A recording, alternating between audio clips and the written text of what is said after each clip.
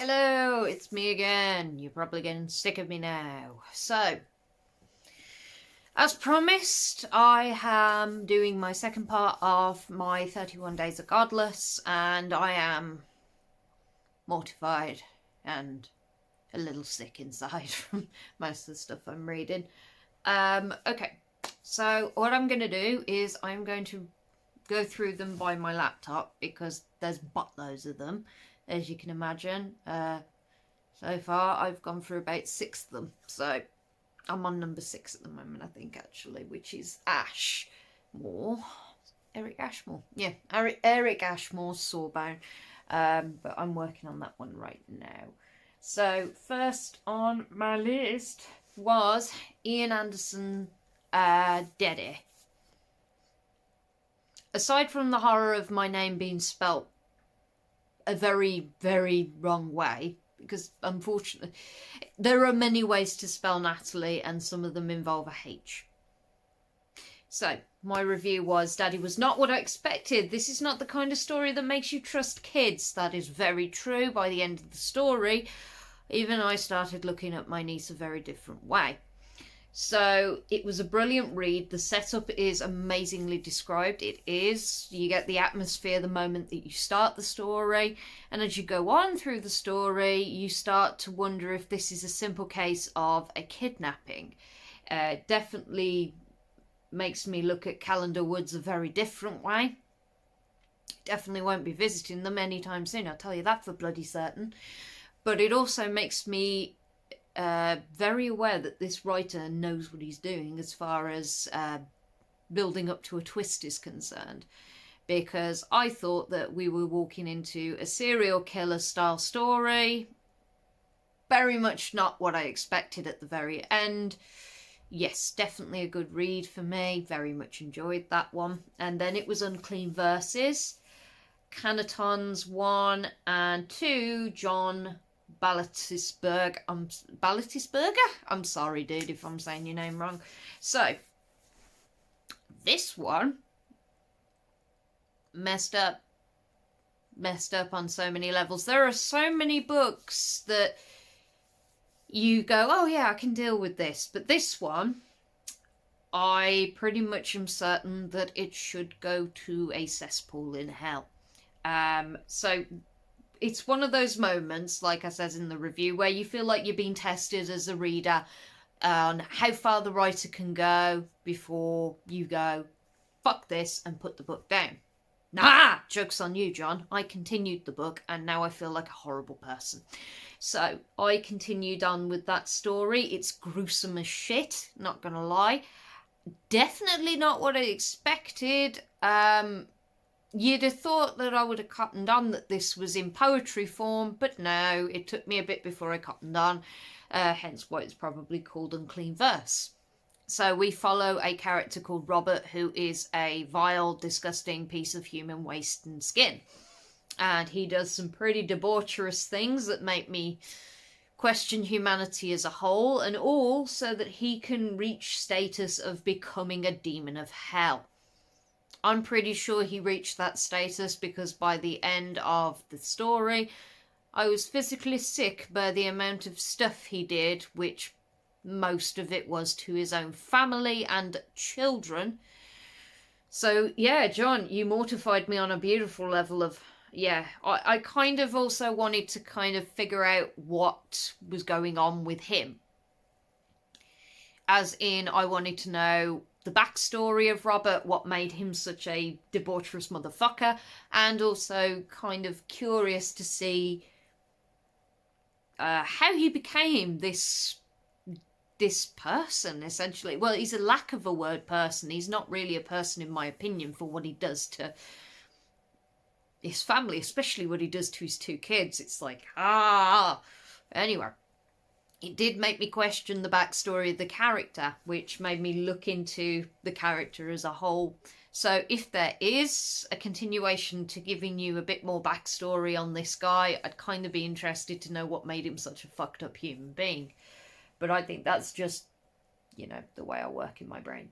Anyway, we go down to the next one, which is The Redwood Ripper by Joshua McMillian. I really enjoyed this one. It should have. It seemed like it was going to start off a nice story. It's like two boys walking through the woods. But when there's a Remington rifle involved, you know it's not going to go very well, don't you? So it's not a lovely, sweet kid's story of bonding. It's between two boys, Timothy and Tony. The two brothers basically going on an impromptu hunting trip. Tony has stolen his dad's rifle and feels like he has something to prove. You can tell that he's ripped up about the fact that he doesn't feel like he's good enough for his dad because he can't shoot a deer. So basically, he's apparently less of a man because he can't shoot an animal.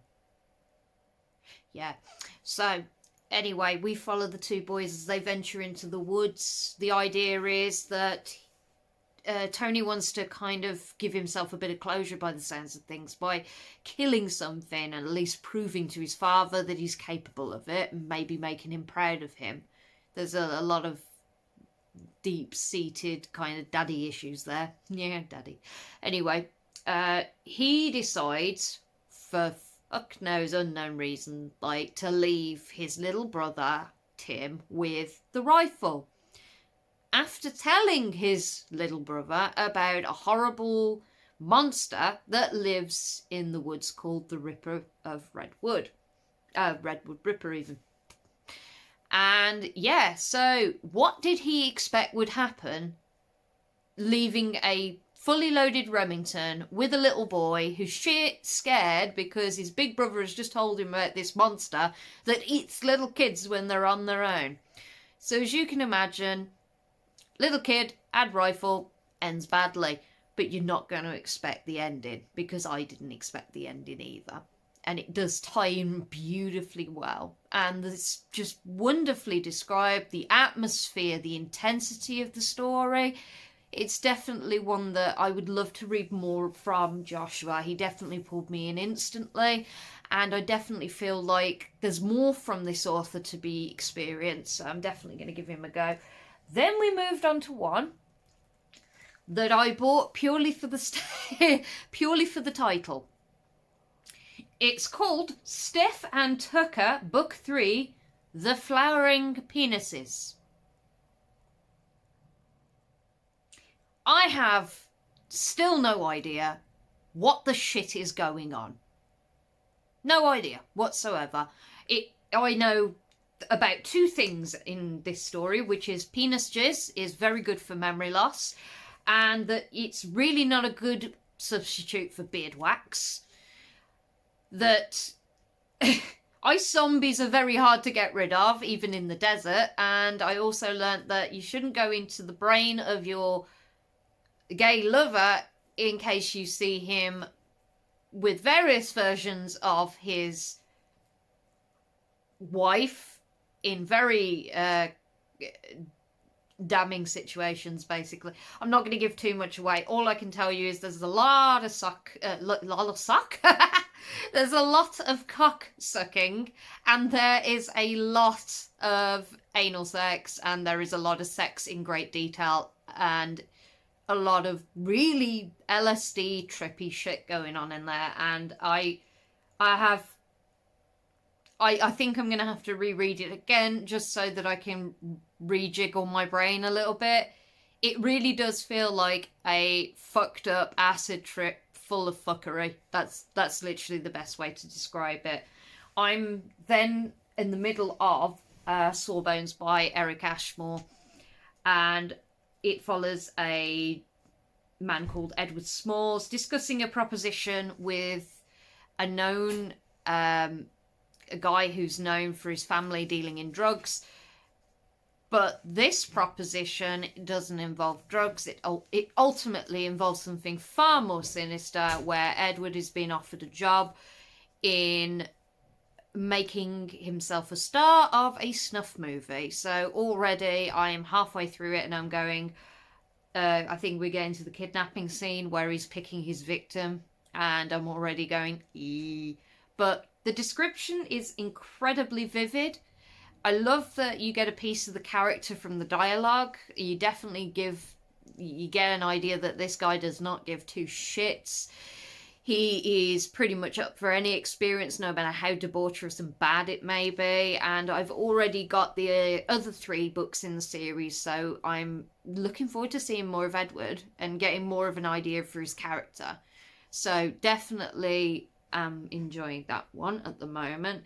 However, the one thing I will say is I have it on PDF. And the layout of it is very different. And I was finding it a little bit hard to read because of the PDF layout. I think if I'd have got it on the Kindle, it would have been easier, but I'm a PDF. I like having a copy on my phone because me and the Kindle do not get on. And to be honest, I don't think Kindle would let me have any more books. I've already got buttloads on there as it is. But oh my Christ. Oh my Christ. I've got so much Godless on there. It's unreal. And since I won the last one, the last giveaway, I've also got quite a bit of D&T on there, and I will be actually one of the books that has my story in will also be on Godless on the 17th of October. It's called The Dire Circle, which looks very in depth into the different signs of the zodiac, but in a more horrifying aspect of it. I didn't think too clearly about the fact that I picked Capricorn, which is Leviathan, and I looked and went, oh shit, my name's at the top, and I nearly crapped myself. But I am accompanying a great selection of amazing authors in there. I'm highly honoured to be part of it, and I can't believe that we're going to be on Godless on the 17th. Please feel free to pick up a copy. You won't regret it. I'd love to get some feedback on the stories as well and what you thought your favourite one was. I will also be reading Ratman. I've got a couple of us of Godless on my phone. So many Godless. I will get round to them, I promise. And the reviews that I've done today through video will also be going onto Goodreads and also Godless and also Amazon. So, yeah, I got my work cut out for me. The reason I'm doing all my little bits this week is because I will be in York doing some really much needed research for book 2. So that will be fun to do. Anyway, guys, I'm going to let you get off. You've had enough of me waffling today. As you can see, I'm already snuggled up in my groovy, ready for bed. And I will be hitting back onto the Sawbones, onto Eric Moore's Eric Moore's? I'm sorry, darling. I'm mixing your name up. Onto Eric Ashmore's collection again. Hopefully by then I'll have a better idea of the story. At the moment, I'm just starting it. I've also got Autumn Noir to do. And I've also got Azeroth to do. So I've got my work cut out for me this month. Oh, and Plantation. I've got that one as well, which I'm looking forward to reading because that one actually plays into my research for my character Viola Bailey. I need more backstory, and I definitely think that this will definitely give me an insight that I haven't looked into in more detail. Thank you guys again for listening to me waffle about my amazing collection of Godless. Please feel free to check out the authors that I've mentioned already, and I will speak to you all later.